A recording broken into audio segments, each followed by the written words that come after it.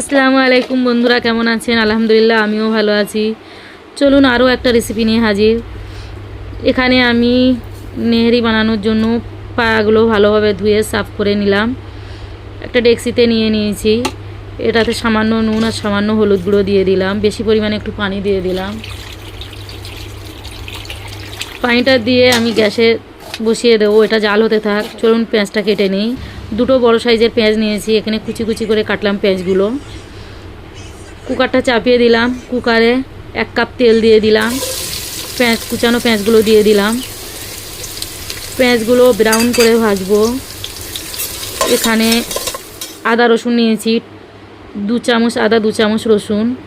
এখানে গুঁড়ো মশলা আছে, জিরা গুঁড়ো, কাশ্মীরি মির্চি গুঁড়ো, গরম মশলা গুঁড়ো, ধনিয়া গুঁড়ো, নুন, লঙ্কা গুঁড়ো, হলুদ গুঁড়ো। এখানে আছে বেসন। বেসন ছাড়া তো পায়াই বানে না। 2 চামচ বেসন আছে। একটা স্টার ফল আছে, 1 টুকরো ডালচিনি, 2টো লং। পেঁয়াজটা ভাজা হয়ে গেছে, গোটা মশলাটা দিয়ে দেব। একটু নাড়াচাড়া করে আদা রসুন বাটাটা দিয়ে দেব।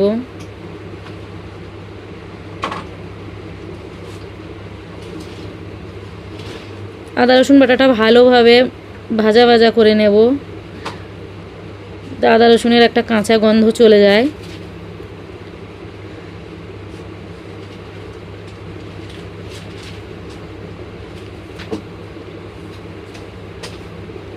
তো এটা হয়ে গেছে, ভালোভাবে ভাজা ভাজা করে নিয়েছি। এবার গুঁড়ো মশলাগুলো দিয়ে দেবো এতে।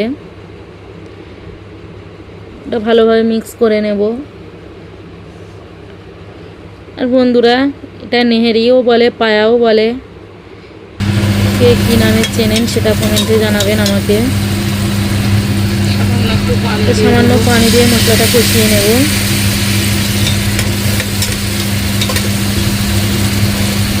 পায়াটা দারুণ লাগে রুটি দিয়ে খেতে। তো বন্ধুরা, এখানে আমার হয়ে গেছে। এটাতে এবারে আমি এটাই দিয়ে দেবো বেসনটা। আসল স্বাদ বেসনেই আছে। এটা মশলার সঙ্গে ভালোভাবে ভেজে নেব বেসনটাও।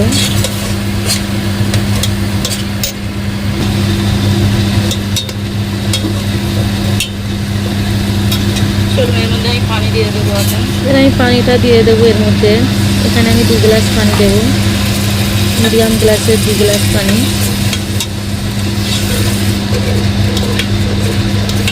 ভালোভাবে নাড়াচাড়া করে এটা ফোটার জন্য অপেক্ষা করবো। তো এই পাড়াতে আমার জালও উঠে গেছে, 50% হয়ে গেছে। আর 50% কুকারেই সিটি মেরে নেব।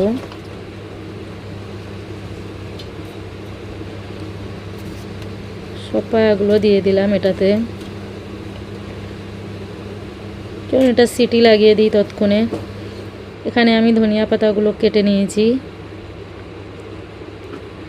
সিটি উঠে গিয়েছে কুকারে। চলুন কী অবস্থা দেখা যাক।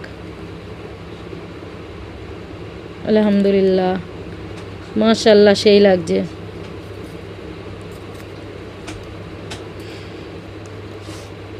চলুন, এটা হয়ে এসছে। এটাতে আমি 4টে এলাচ থেঁতো করে নিয়েছি, এটা দিয়ে দেব। দিয়ে একটু নাড়াচাড়া করে নেব। নেওয়ার পরে কাঁচা লঙ্কা, 4টে কাঁচা লঙ্কা কেটে নিয়েছি কুচি করে, কাঁচা লঙ্কাটা দিয়ে দেব। আসলে ঝালটা যে পরিমাণে যে খেতে চায় সেই পরিমাণেই দেবেন। এখানে আমার লঙ্কাতে বেশি ঝাল ছিল না, সেজন্য একটু বেশি পরিমাণেই দিয়েছি। কুচানো ধনিয়া পাতাটা দিয়ে দেব।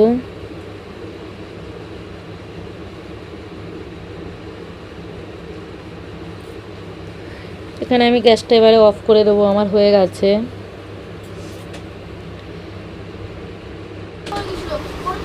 চলুন, নেহেরি রেডি। কি কেমন লাগছে দেখতে নেহেরিটা? ছেড়ে দেবো, ঝাঁঝা বলছিস তুই। দেখতে যেমন টেস্টি ছিল, খেতেও টেস্টি ছিল বন্ধুরা। আর বন্ধুরা, আমার ভিডিওটা যদি ভালো লেগে থাকে লাইক করবেন, শেয়ার করবেন, সাবস্ক্রাইব করে পাশে থাকবেন। চলুন, এটা আমি সার্ভ করে নিচ্ছি খাওয়ার জন্য। দুপুরে গরম গরম নেহেরির সঙ্গে রুটি দিয়ে তো দারুণ লাগে খেতে। চলুন, এটা আমি সার্ভ করে নিয়েছি খাওয়ার জন্য। দুপুরের লাঞ্চ আজকে রুটি আর নেহেরি। আল্লাহ হাফিজ।